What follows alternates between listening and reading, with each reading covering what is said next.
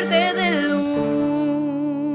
Hoy, antes de empezar a compartir la palabra, le voy a pedir al grupo de alabanza que nos ministre con una canción que fue una canción emblemática durante todo el avivamiento del 72.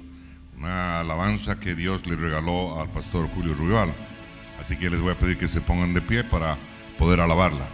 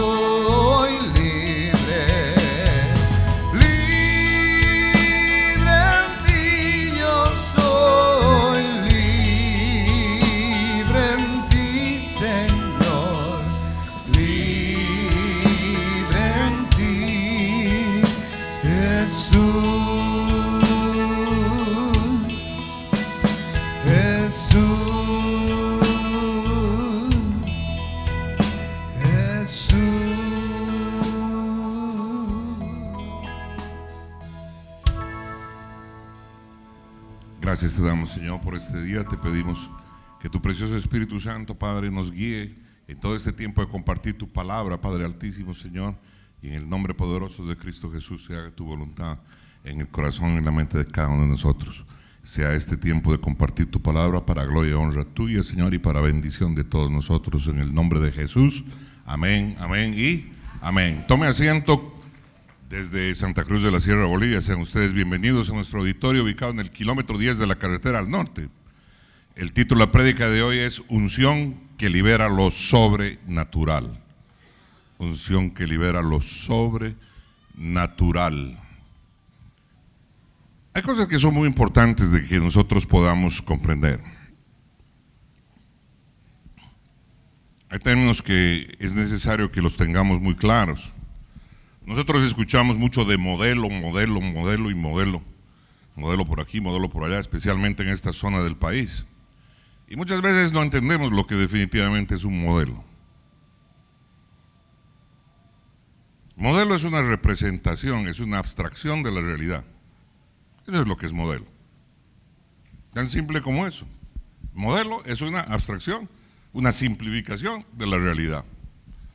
Si a usted le dibujan, ¿no es cierto?, una bolita, un palito, dos piernitas abiertas así, dos palitos abiertos y dos al medio, usted dice hombre. Hombre, de inmediato. Y si en lugar de tener las piernas le ponen un triangulito a la mitad, dice, mujer, faldita. Le han hecho un modelo. Hay distintos tipos, clases de modelos. Hay modelos, ¿no es cierto?, de carácter homomórfico, hay modelos de carácter isomórfico. ¿Qué quiere decir eso? Un modelo isomórfico, por ejemplo, es el que tiene usted cuando compra un auto. Cuando usted se compra un vehículo, le pregunto, ¿usted tiene un vehículo original? Y me dice, sí. Mentira, usted no lo tiene, porque original hay uno. El primer vehículo es el único original. Los otros son copia isomórfica. Son idénticos en forma, pero el original está guardado, ¿no es cierto?, allá en la fábrica, como recuerdo para su museo. Lo que usted tiene es una copia, tan simple como ello. Pero obviamente, ¿no es cierto?, o sea, tenemos otro tipo de modelos. Y, bien, pero de eso no pretendo. Lo que pretendo es que usted entienda de que el modelo es una representación de la realidad. Y hay modelos que son idénticos en forma, idénticos en características, a ellos se les dice isomórfico. Idéntico, iso significa idéntico, morfo significa forma. Creo que estoy en clase de sistemas. Pero necesitamos comprender eso porque tenemos distorsionado ese concepto de modelo, porque modelo nos dice, ahí viene diciendo, ¿y usted qué es modelo? Dice, ¿modelo de qué? ¿Modelo de qué? ¿Modelo de anchura, de 90, 60, revienta? ¿Qué? ¿Qué clase de modelo? ¿No es cierto? O sea, y entonces en la cabeza tenemos otro tipo de cosas. ¿Y por qué le estoy hablando esto? ¿Por qué? Porque nuestro modelo de vida se llama Jesús. Ese es mi modelo de vida. Jesús es la representación de lo que yo quisiera ser. Yo, como cristiano, porque para eso he sido llamado. Por eso llevo el nombre de Él. Por eso me digo cristiano. Por eso me dicen cristiano. Porque me parezco a Él. Ese es el concepto del cristianismo. He de parecerme a Cristo Jesús. He de parecerme a como Él es. Y entonces puedo decir que soy cristiano. A mí no me hace cristiano tener una camiseta que diga que soy cristiano y pertenezco a tal iglesia, tal cosa. Eso no me hace cristiano. Ni aunque me lo tatúe, ni en toda la espalda o ni siquiera aquí atrás. Eso no me hace cristiano. Cristiano no me hace, ¿no es cierto?, de que vaya a marchar o que vaya a gritar a Cristo en las calles, que me arrodille, ¿no? Eso no me hace cristiano. Cristiano me hace el que sea yo como Cristo. ¿Cuántos dicen amén? Alábele usted al que vive. Entonces nos tiene que quedar muy claro cuál es nuestro modelo de vida, qué es lo que pretendemos alcanzar, y si nosotros llevamos el nombre de Él, entonces queremos, ¿por qué? Porque nosotros hemos decidido voluntariamente parecernos a ese modelo, que se llama Cristo. ¿Cuántos dicen amén? Entonces cualquiera puede decir, soy cristiano, pero si no se parece al modelo original, ¿qué estamos diciendo? ¿Qué clase de cristiano? Pero si es un cristiano genuino, ha de parecerse a Él, a ese modelo. Haciendo esa consideración como preámbulo de compartir hoy el mensaje, hay cosas que nosotros tenemos que entender y que tienen que estar muy claras para que nosotros caminemos en aquello que Dios quiere que verdaderamente caminemos. Desde el principio de la humanidad, ha sido Dios quien continuamente ha preparado el escenario para asociarse con personas imperfectas en una relación de trabajo continuo. Esto no nació de nosotros, esto no nació del hombre. Esto nació de Dios. El escenario es este mundo. Y Él es el que decidió asociarse con nosotros. Es Él el de la iniciativa. Es Él el de asociarse con gente imperfecta. Porque nosotros, ninguno hay perfecto. Así que es de Dios el asociarse con nosotros. Él escogió asociarse con gente imperfecta, hombres y mujeres no perfectos, para hacer una tarea en conjunto. Para hacer, no que solo hiciera Él, porque Él no necesita de ninguno de nosotros. Para hacer lo que Dios tenga que hacer, no nos necesita ninguno, porque si no, no sería Dios. Pero por el hecho que es Dios, Él ha decidido hacerlo de esta manera. Y ha decidido hacerlo en sociedad con gente imperfecta, para hacer una tarea conjunta. Entonces, eso quiere decir de que Él hace algo y nosotros hacemos algo. Él hace algo y nosotros hacemos algo. ¿Hay alguien que diga amén? Te alábele al que vive entonces. Alábele, alábele con ganas.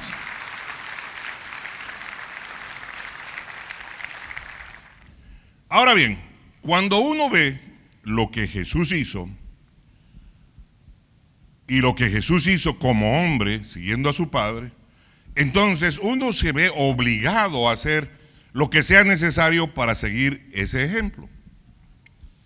Aquí hay una consideración adicional que tenemos que entender nosotros.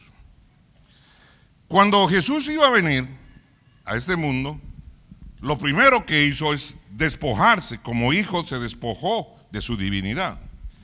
Porque dígame, ¿qué sentido tendría que Dios venga a cumplir la ley? Ninguno. De nada nos hubiera servido aquello. No podía convertirse en un ejemplo válido para nosotros, porque si es Dios y está con ciertas características de Dios cumpliendo la ley, entonces es Dios cumpliéndola, no es un hombre. Entonces Jesús tuvo que ser completamente hombre. ¿Hay alguien que diga amén? Entonces Jesús tuvo que nacer como nace cualquiera de nosotros. Tuvo que nacer de mujer. A Jesús le tuvo que doler. Cuando era niño, cuando se cayó, tenía que rasmillarse, tenía que sangrar. Tuvo que pasar por lo mismo, por las mismas cosas por las cuales cada uno de nosotros pasó. En su tiempo él ha tenido que jugar cuando era niño como los niños de su tiempo. En mi tiempo nosotros jugábamos, por ejemplo, al trompo, con nuestra pita, y tenía que estar bien sedita, ¿no ves? Le afilábamos el clavo para que, híjole, y si uno era canchero, ¡zas! Directo a la mano, no al piso, ¡zas! Y lo agarraron de la mano. Tiempo de trompo. Y en el tiempo de Jesús ha tenido que tener algo con lo que ellos jugaban, ¿no es cierto? Con piedritas, no sé con qué sabrían, pero Jesús jugó igual, ¿no es cierto? O sea, un cuña no había debido jugar, yo he jugado un cuña con ese, ¿no? ¿No ves? 1, 2, 3 se pintaba, ¿no ves? ¡Zas! ¡Zas! Y acá no, ya no puedo yo. ¿Amén? O las mujeres, ¿no ves? Las niñas, ándele, claro, con la cosa doble, y entraban a saltar.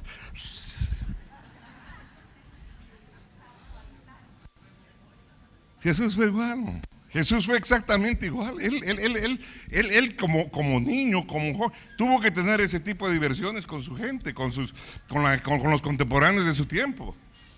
Él pasó las de niño, él pasó las dudas de joven, él pasó como hombre, tuvo que pasar todo aquello. Porque si no, caso contrario, hubiera sido, ¿no es cierto? No vale. Si él está como Dios, aunque sea con 1 gramo de Dios, está en ventaja. Tenía que ser hombre, completamente. Así que cuando nosotros vemos en la Santa Biblia lo que Jesús hizo, y lo hizo como hombre, siguiendo la guianza del Padre, entonces uno se ve obligado a hacer lo que sea necesario para seguir ese ejemplo. Quisiéramos hacer lo que Jesús hizo. Por eso nos llamamos cristianos. Hay alguien que diga amén. Así que ya no nos podemos contentar con vivir así como estamos viviendo. Ya no nos podemos contentar con seguir una vida mediocre. No podemos contentarnos con una caminata cuando no haya las cosas que vivieron en la vida de Jesús. Porque si queremos parecer y nos decimos cristianos, tiene que haber en nuestra vida aquellas cosas que habían en la vida de Jesús, los frutos que Jesús daba.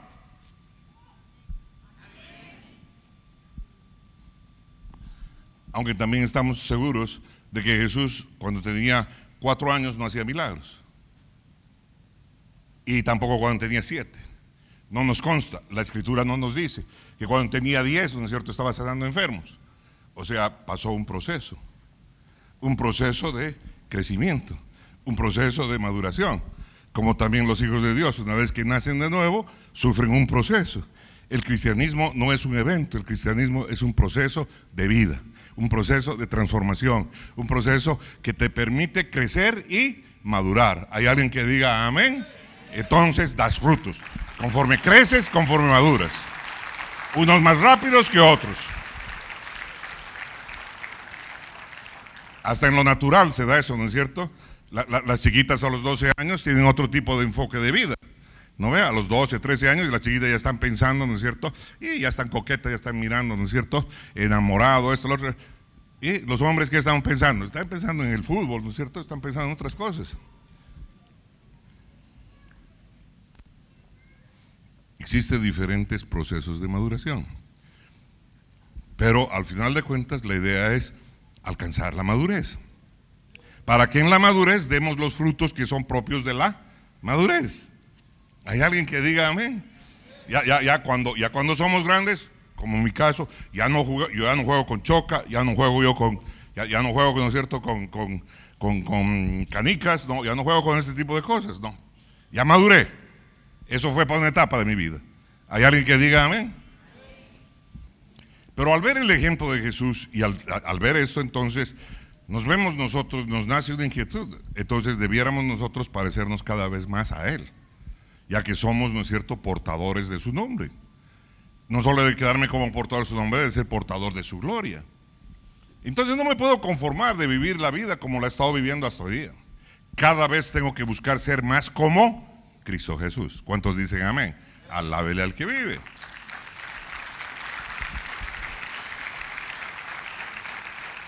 Ahora, eso no quiere decir que nosotros no podamos celebrar las cosas bondadosas, que no podamos, ¿no es cierto?, o sea, de que tengamos que asfaltarnos, ¿no es cierto?, y ya cuando tengamos la maestría recién empecemos, ¿no?, a adorar a Dios. No. Vamos a seguir celebrando su bondad, porque Dios es bueno. ¿Cuántos dicen amén? Pero va a haber una diferencia, lo vamos a celebrar desde la trinchera donde Él vivió. No como espectador, no como un cristiano que anda mirando, como anda un cristiano que anda engordando, que anda, ¿no es cierto? Dame mis bendiciones, Señor, dame mis bendiciones. Y cuando te llegan tus bendiciones, ya no juego, me cambio de congre, ya me cambio de iglesia, ya, no, me cambio de país, me cambio de esto, no, ya no juego. Eso no es así. El cristianismo no es a tu manera. El cristianismo no es a tu manera de vivir. El cristianismo es a la manera de Dios. Y si tú no trabajas con Él, no te preocupes, sabemos otros que queremos trabajar con Él. Y tú te vas a quedar postrado ahí atrás creyendo que estás caminando. Y agua que se estanca es agua que se pudre y luego apesta. Así son los hombres y las mujeres que no siguen los pasos de su Señor. Alábele al que vive.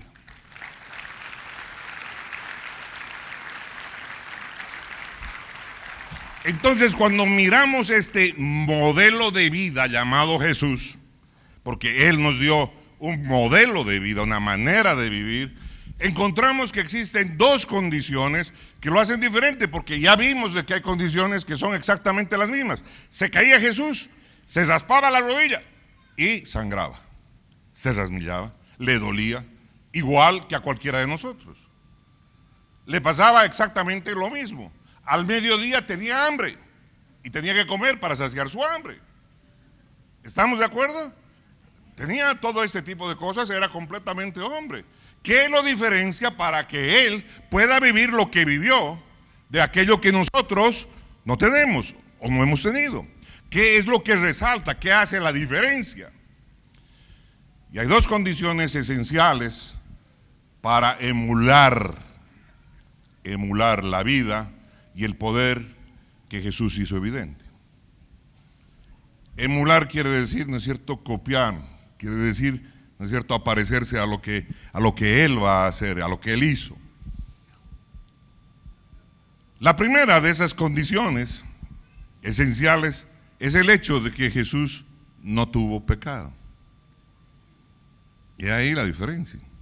La primera diferencia: nació de una virgen, fue concebido divinamente, pero nació como hombre, sí, nació como hombre, pero Él no experimentó, ¿no es cierto?, la caída en ningún sentido.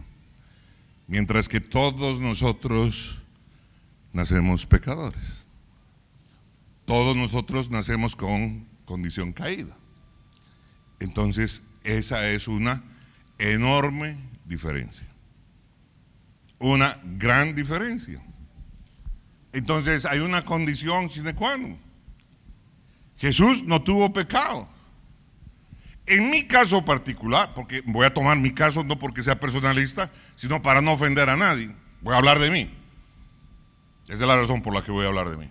En mi caso, cuando yo no tenía a Jesús en mi vida, estaba irremediablemente perdido en el pecado. El miércoles ya estaba pensando, ¿dónde voy a ir a reventarme? Y me reventaba el miércoles, y me reventaba el viernes, me reventaba el sábado, y el domingo era de recuperación y otra reventada más. Vivía reventándome, no sé por qué no me reventé del todo. Vivía en ello, vivía, ¿no es cierto? ¿Vivía qué? Mi vida estaba perdida en el pecado. Pero un día conocí a Cristo Jesús, un día le abrí mi corazón, un día le entregué mi vida, y nunca volveré a estar sin Jesús, nunca. Hoy me hice un trato, nunca más.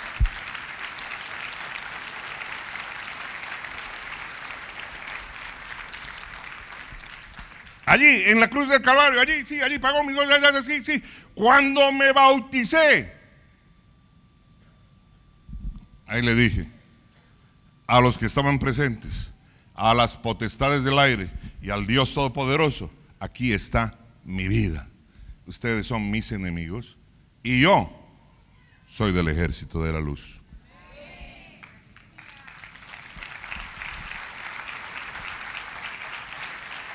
Y hoy puedo decir, nunca más para atrás. Nunca más ya sin Cristo. Ahora tengo a Cristo en mi vida. Ya mi condición, ¿no es cierto?, mi condición hecha pomada, mi condición de persona perdida en el pecado, se acabó. Ahora me encuentro en Cristo, viviendo, ¿qué cosa? Una vida sin pecado. ¿Por qué? Porque la sangre de mi Señor me ha limpiado. Eso dice la palabra. Amén. Entonces, Él, ¿cómo lo hizo? La mera verdad, no sé cómo lo hizo, pero que yo me acuerde, ¿no es cierto?, yo era terrible. A mis 3 años agarré un Dinky. Bueno, creo que ahora ya no hay Dinkies, ¿no? Esos autitos en escala, los Dinky Toys, ¿no? Bueno, ahora hay más chapicitos, pero en ese tiempo eran pues de metal de veras. Y con uno de esos a mi vecino, me había querido quitar el mío, y ¡ching!, le había tirado y casi le vació el ojo. Y un poquito más grande, ¿no es cierto?, le mordí el brazo a mi hermano. Y entonces, y luego, poco más adelante, le clavé la tijera en la espalda a mi otro hermano. Y ahí siguió, y de pronto cuando vino Cristo empezó a agarrar desde esas épocas y dijo: esto, perdonado. Esto de la tijera, perdonado. Esto del Dinky Toys, perdonado. Esto de las malas palabras, perdonado. Cuando le maté el cambio a mi mamá, perdonado. Varias veces se lo oculté, perdonado. Otras veces le aumenté el precio, ¿no es cierto?, para comprarme helados, perdonado. ¿Cuántos dicen amén? Vino Cristo y me pagó desde ahí, y agarró y todo. Cada uno de ellos, dice la Biblia, la paga del pecado es muerte. No es travesura, mi hermano. Qué travieso el pastor. No, pinche pecado vivía en mí. Cada uno de ellos era motivo para ir, ¿dónde? A pagar yo a la cruz del Calvario. Y Jesús había pagado por mí desde que era enano. ¿Hay alguien que lo está entendiendo? Alábele al que vive. Alábele con ganas. Dele ese aplauso.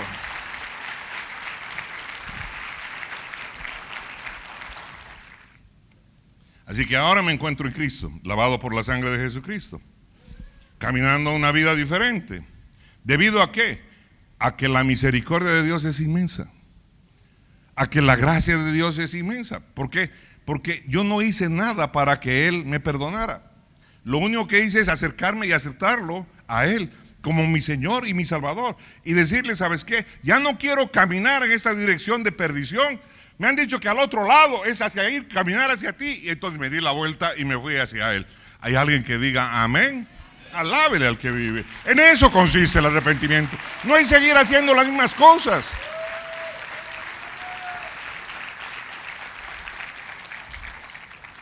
¿Por qué me aparté de mis amigos del mundo? Me aparté de mis amigos del mundo porque mis amigos del mundo me llevaban al mundo. ¿Por qué? Porque viven inmersos en él. Es su manera de ser. Viven en su mugre. Y su mugre me afectaba. Y no quiero esa mugre en mi vida. Punto.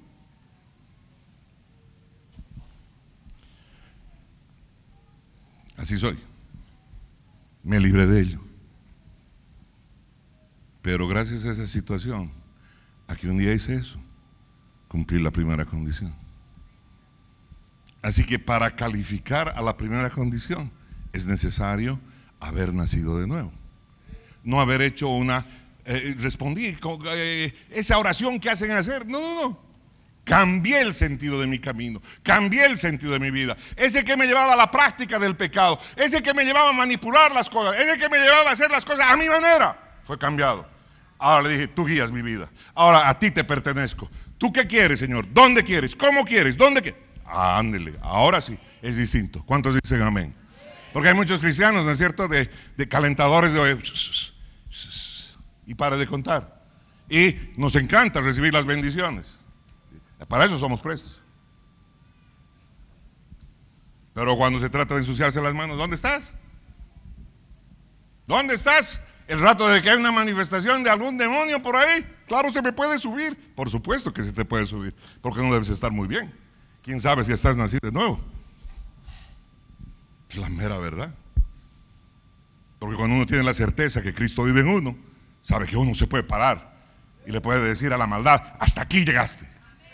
Hay alguien que diga amén. Porque no me dio espíritu de cobardía.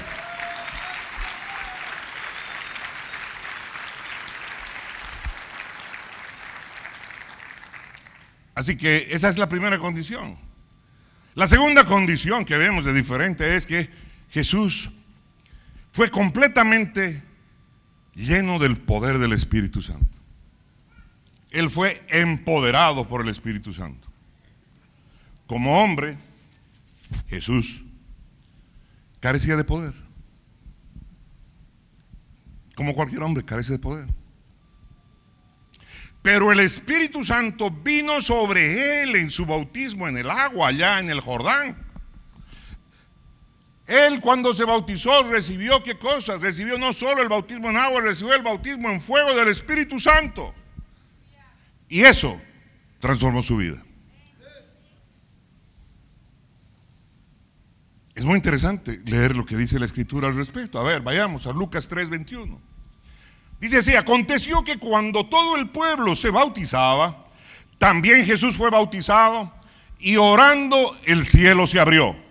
Ay, caray, el cielo se abrió. Y la gran mayoría de nosotros nos pasamos ahí, el cielo se abrió. Como se abre todos los días, ¿no ve? Como es algo normal, el cielo se abrió. Amén, amén. ¿Cómo es que el cielo se abrió?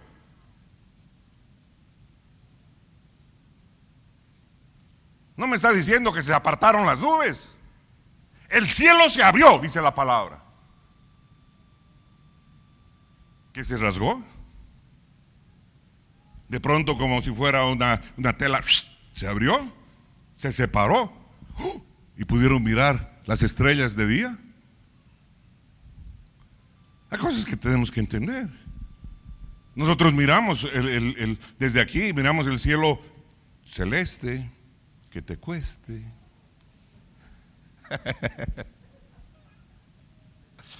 Celeste del Bolívar. Lo vemos celeste. Pero eso es ¿por qué? ¿Debido a qué? Debido a la atmósfera.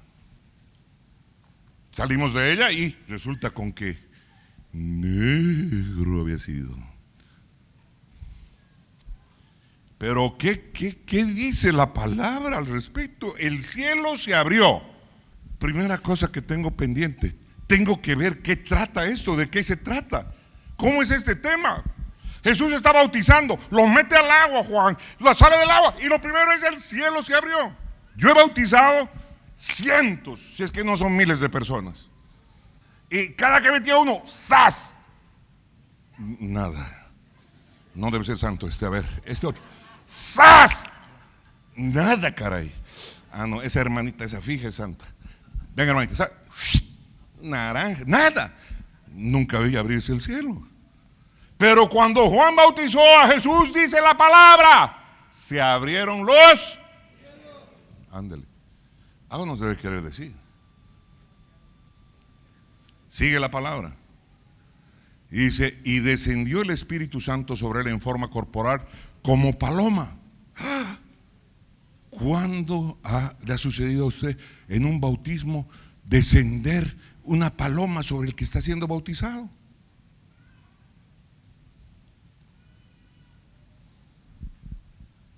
Pero nosotros lo leemos como si nada, normal, como si pasara cada día.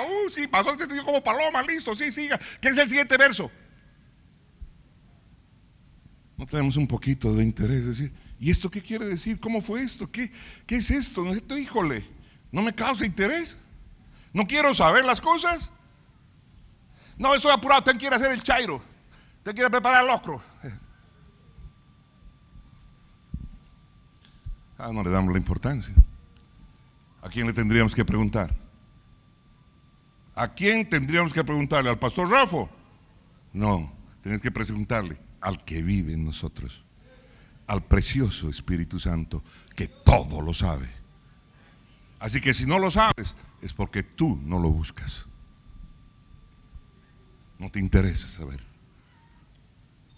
Entonces no me tires la culpa a mí. Y sigue, y dice, wow, y vino una voz del cielo que decía, tú eres mi hijo amado, en ti tengo complacencia. Tercer evento, óigame, todos los días escucha usted una voz que viene del cielo y habla con voz audible. ¿Y no te llama la atención? Pues es que era el bautismo de Jesús. Pero te estoy diciendo que Jesús era como vos y como yo.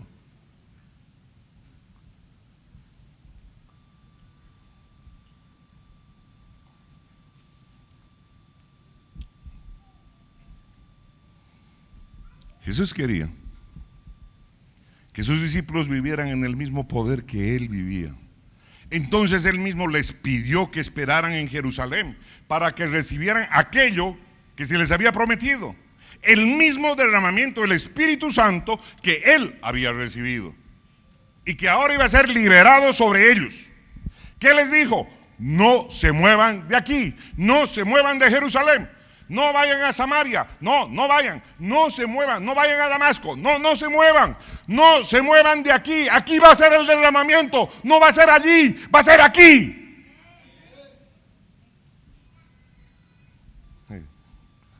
Está hablando proféticamente. Va a ser aquí.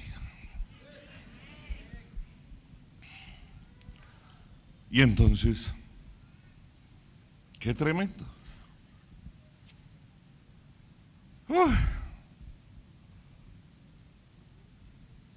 Hechos 1:18, 1:8. Pero recibiréis poder cuando haya venido sobre vosotros el Espíritu Santo. Y me seréis testigos en Jerusalén, en toda Judea, en Samaria y hasta lo último de la tierra. Entonces eso quiere decir, ese último de la tierra quiere decir Santa Cruz, ¿sí? Quiere decir Portachuelo, sí. Quiere decir la vuelta de la esquina, sí. Quiere decir el barrio de Los Lotes, sí. Quiere decir Los Chacos, sí. Quiere decir Plan 4000, sí. Quiere decir hasta lo último de la tierra, la chiquitanía a lo más profundo, hasta ahí. ¿Cuántos dicen amén, amén, amén, amén? Alábele, alábele.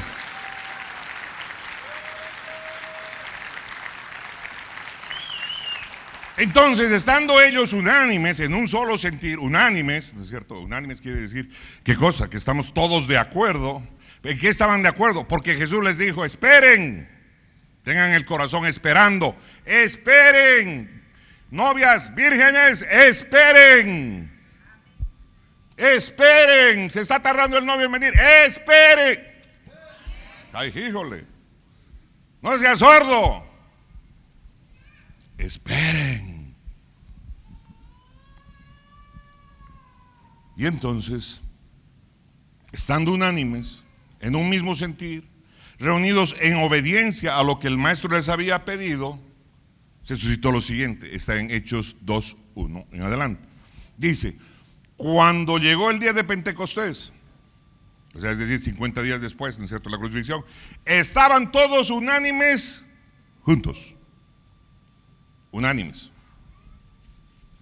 O sea, había un solo enfoque.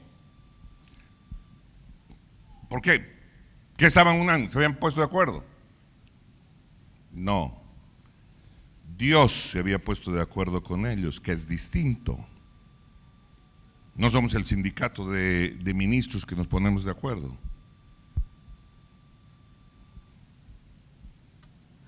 Es Dios poniéndonos de acuerdo. Y esa es una enorme diferencia. Y entonces, ¿qué pasó? Ay, Dios mío. De repente, ¿qué pasó? De repente. ¿Cómo? ¿Cómo es de repente? Ya no más. De un momento a otro, vino del cielo un estruendo como de un viento recio que soplaba. ¡Wow! Óigame, momento. Vino un estruendo. Oiga, ¿cada cuánto vienen esos estruendos? Vino un estruendo del cielo y era como un viento que soplaba reciamente. No había ventiladores en ese tiempo. Oiga, efectos físicos, fenómenos físicos están sucediendo. Sonido fuerte que vino del cielo, un viento recio. Oiga, ¿qué pasó? ¿Qué pasó? El cual llenó toda la casa donde estaban sentados, y se les aparecieron lenguas repartidas como de fuego. No de fuego, como de fuego. Lenguas. ¿Qué es eso? No, óigame, no, esto está muy grueso, tengo que dilucidarlo. ¿Cómo es este tema? ¿Cómo pueden haber ese tipo de lenguas de fuego sobre la cabeza? No tendrá ningún sentido, estaré perdiendo mi tiempo. Si mejor me dedico a los negocios, ¿no? Que Dios me bendiga y me multiplique y me prospere mis caminos y me dé nuevos clientes y me vaya bien, y entonces me pueda comprar 2 casas y 3 autos y viajar y tener lindos tiempos churrascos con mis hermanos. ¿Para eso me deben decir a Dios? Definitivamente no. Si eso es lo que pienso, ya estoy, ¿no es cierto? Camino a otro lado, ya me engañó el diablo. Y se asentaron sobre cada uno de ellos, dice, y todos fueron llenos del Espíritu Santo. En estos versículos, en el anterior, hay 3 cosas que dilucidar, en este ahora hay otras 3. La vida de Jesús fue una ilustración. La vida de Jesús fue un modelo, fue una muestra. Fue una muestra palpable de aquello que se puede hacer con un hombre sin pecado en su vida y que esté completamente lleno del Espíritu Santo. Alguien que está completamente empoderado, para que nosotros lo anhelemos, para que nosotros queramos vivir ese tipo de experiencia y ser usados de esa manera, para que entonces tengamos un norte como Cristo quiero ser. ¿Hay alguien que diga amén? Alábele al que vive. Alábele, con ganas.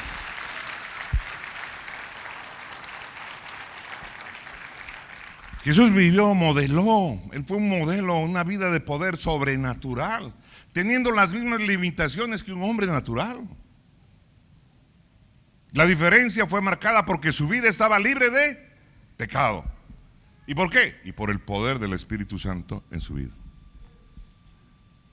Tú y yo, si hemos nacido de nuevo y hemos sido bautizados por el Espíritu Santo, tenemos exactamente el mismo equipamiento. Ahora nos toca vivir desde la misma trinchera. Ahora nos toca manifestarnos como Jesús se manifestaba. Ahora nos toca ir por los enfermos y sanar a los enfermos. Ahora nos toca multiplicar los panes, multiplicar las finanzas. Porque hay gente que nos dice que no tiene nada que ver. ¿Cómo que no va a tener nada que ver? El día que le dijeron a Jesús, ¿por qué no pagas tu impuesto? Le dijo a Pedro, anda y saca un pescado de tal parte del mar. Y cuando le abras la boca vas a encontrar 2 monedas. Con una pagas lo tuyo, tu impuesto, y con el otro pago yo. Pagas el mío. Se acabó. Milagro financiero.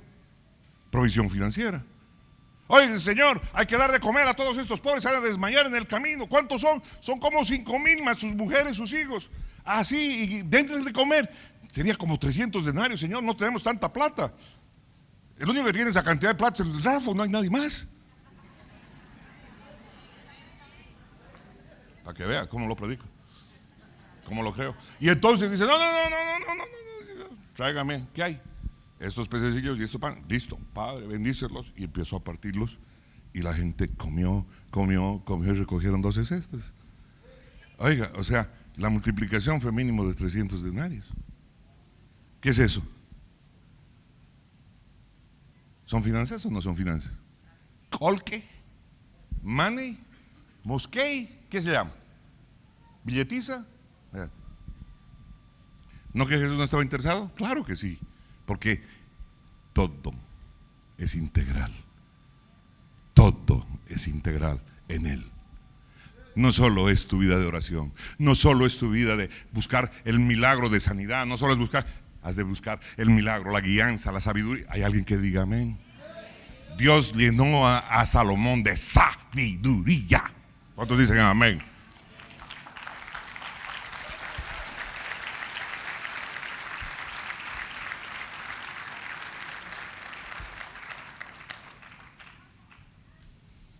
De manera que para cumplir su misión, Jesús necesitaba el Espíritu Santo.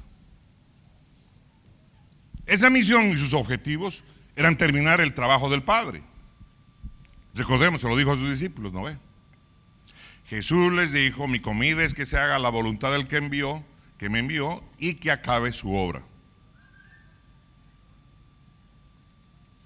A ver, póngase a pensar.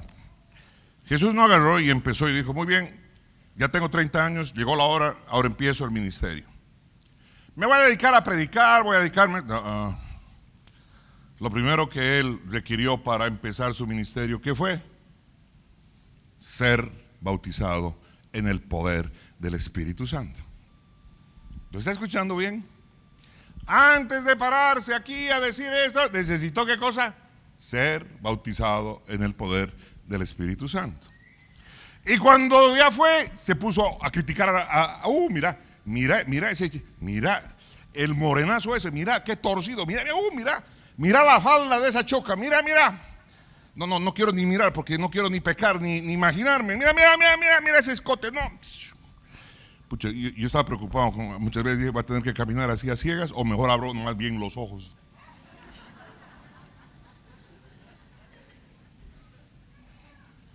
Y entonces viene y agarra y dice, oye, aquí hay cosas, ¿no es cierto?, que tenemos que poner en el correcto orden de las cosas.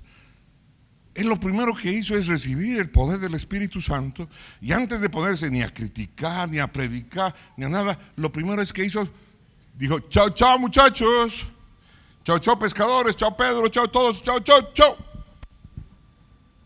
Chao mami. Chao papi, ¿sabes qué, Señor? Y se fue a orar. Se separó para hablar con Dios. 40 días y 40 noches de ayuno, él se separó. Él no se paró a predicar, él no se paró a mostrar de que era grande, cuánto sabía, cuánto conocía, qué lugar necesitaba. No. Él, el Hijo de Dios, lo primero, una vez recibido el poder, no se puso a liberar demonios, eso, lo otro. Lo primero que hizo fue apartarse con Dios. ¿Quieres vivir una vida sobrenatural, de guianza del Espíritu de Dios? Apártate con Dios.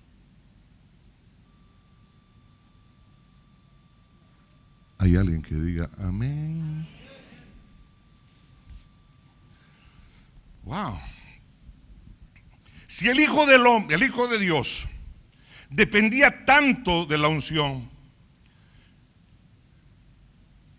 su comportamiento debería aclarar nuestra necesidad de que el Espíritu Santo esté sobre nosotros para hacer lo que el Padre nos ha mandado hacer.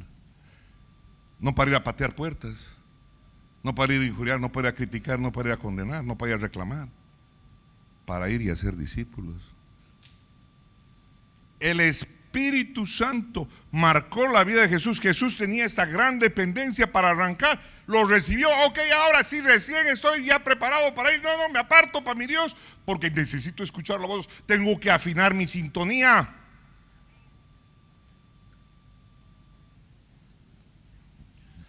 Y entonces, yo que estoy queriendo seguir el modelo de Jesús, debería tener bien claro la necesidad de reconocer al Espíritu Santo todos los días de mi vida, en todos mis caminos. Amén, amén. ¿Para qué? Para que pueda hacer lo que Dios me mande hacer. Entonces tengo que estar revestido, tenemos que estar revestidos, debemos estar revestidos con el Espíritu Santo para el ministerio sobrenatural. Y no estoy hablando solo de que tienes que ir y sanar enfermos. No solo eso. A lo que Dios te mande. Porque de pronto Él te dirá, súbete ese micro. Y te subirás al micro. Y entonces te dirá ahí, háblale a esta señora.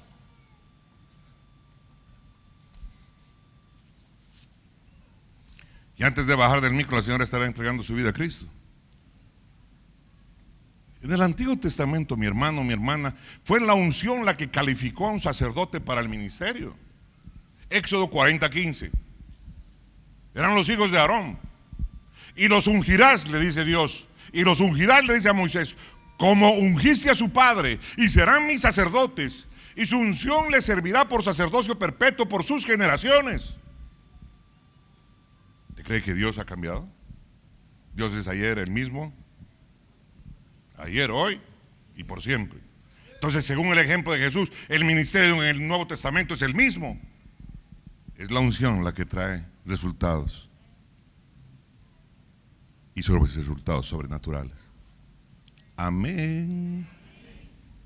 ¿A quiénes? A los sacerdotes.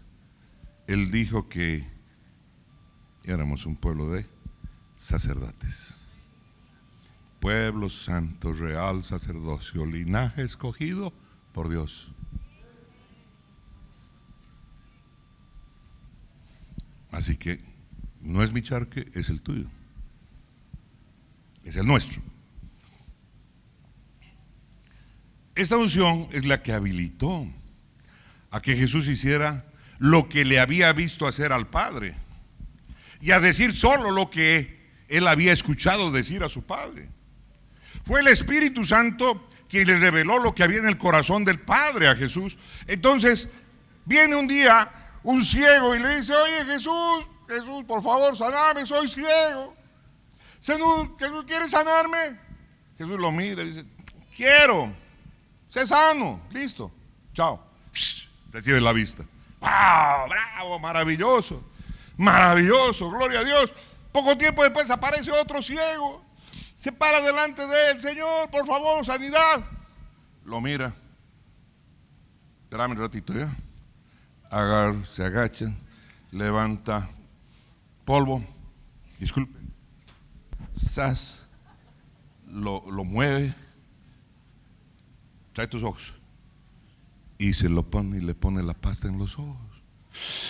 ¿De qué hubieran dicho los médicos ahora de este tiempo, los oftalmólogos? Fija, conjuntivitis al cuadrado. La pregunta es ¿por qué Jesús sanó al uno diciéndole quiero y al otro le hizo la pasta de barro? ¿Por qué? Porque allá le estaba diciendo el Padre a través del Espíritu Santo, le estaba diciendo, ahora hazlo así, para que no crean que así nomás siempre funciona. Para que sepan que la cosa es ser guiado por tu espíritu. Porque todo aquel que es mi hijo es aquel que es guiado por mi espíritu. Todo aquel que es mi hijo camina. Oh, mi hermano, no camina conforme a los deseos de su carne y de sus amigos. Camina conforme a ¿qué? Al Espíritu Santo. Porque hace del Espíritu Santo su mejor amigo. Hay alguien que diga amén, amén, amén. Alábele al que vive.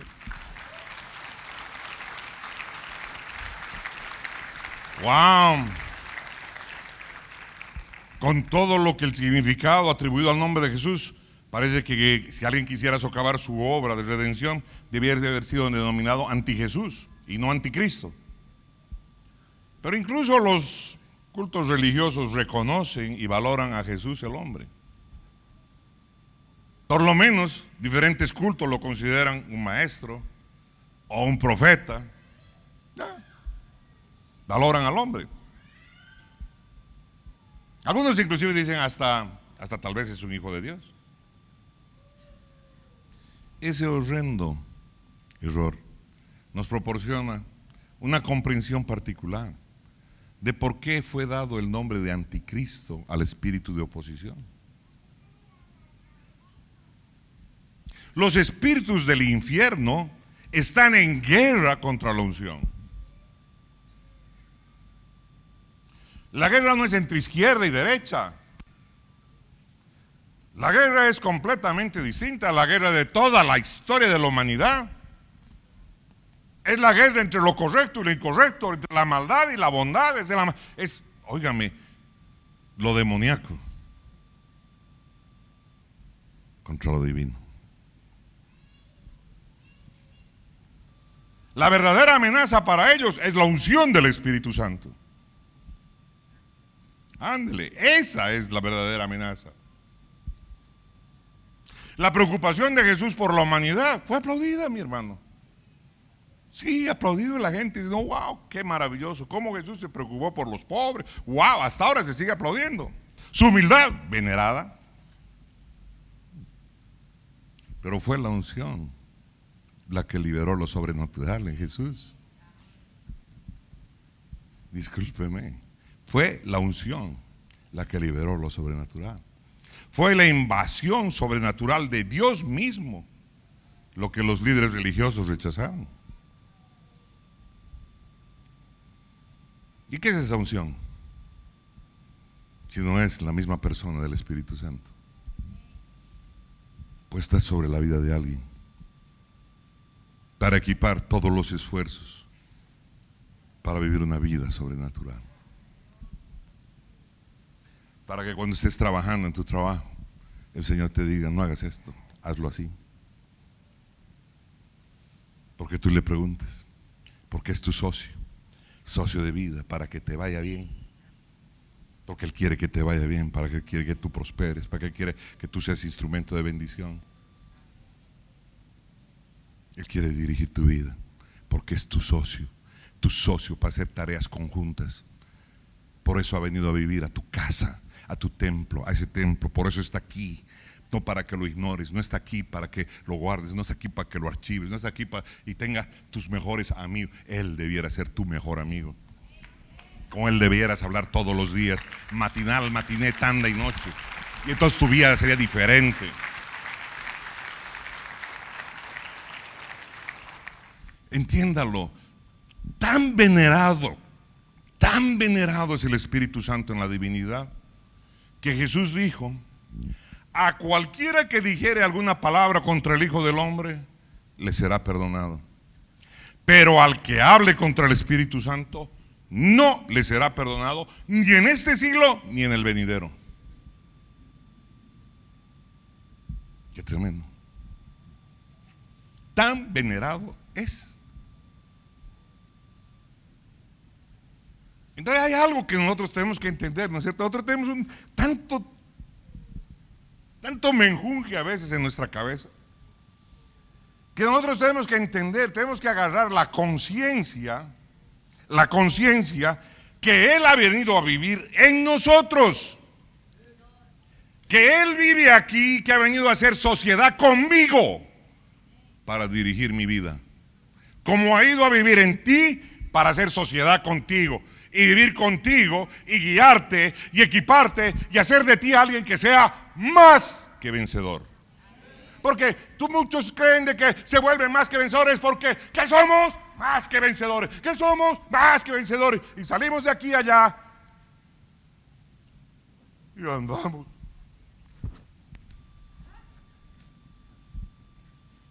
arañando el piso. Más que vencedor. Para eso vino a vivir Él aquí. Para guiarte, para iluminarte, para enseñarte, para ministrarte, para mostrarte dónde había peligro, dónde no había peligro, dónde había que invertir, dónde no invertir, con quién meterte, con quién no meterte. Hay alguien que diga amén, amén, amén, amén.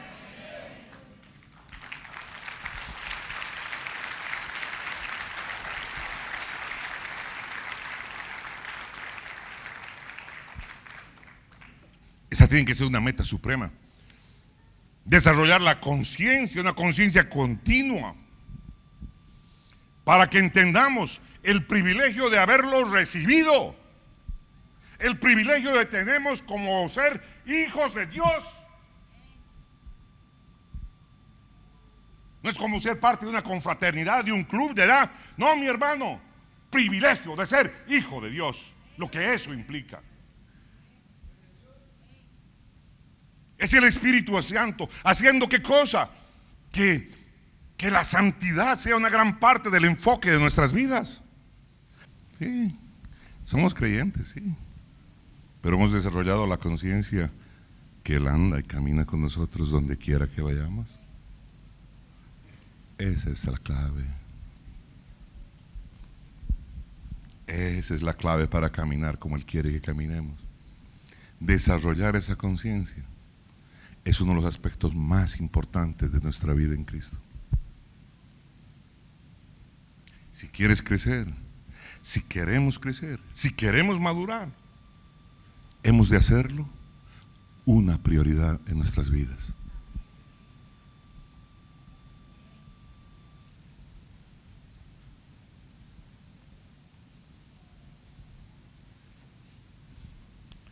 No quiero más que me traicionen estos dedos. No quiero que me traicionen esto, ni esto, ni esto. Para que no me traicionen los sentidos, necesito entrenar mis sentidos a discernir al Espíritu Santo. Y tengo que aprender a discernirlo todos los días de mi vida. Porque si no, ¿sabe qué? Entonces, ¿dónde voy a ir? Donde está el Espíritu Santo.